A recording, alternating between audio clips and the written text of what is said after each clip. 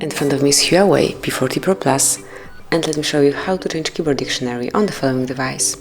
So first of all, you have to open the messages, tap on a new one, and if you click on text message, you'll see that we are currently set up with English. So here you've got the letters.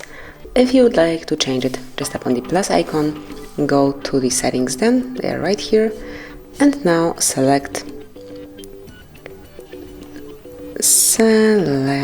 settings here. Then go to the languages, and you can smoothly change it by tapping on all languages. And here you've got the whole long list of the languages. Just pick the one that you would like to apply. Let me pick Hebrew. Wait until it's downloaded and installed if it's not, and tap on confirmation mark. Now you can switch English off, so we have just one language included.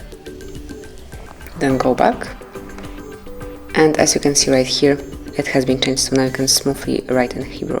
Then whenever you'd like to change it again, just go to the settings, more settings, languages, and you can turn English off, switch Yiddish off, and here it is. So that would be all.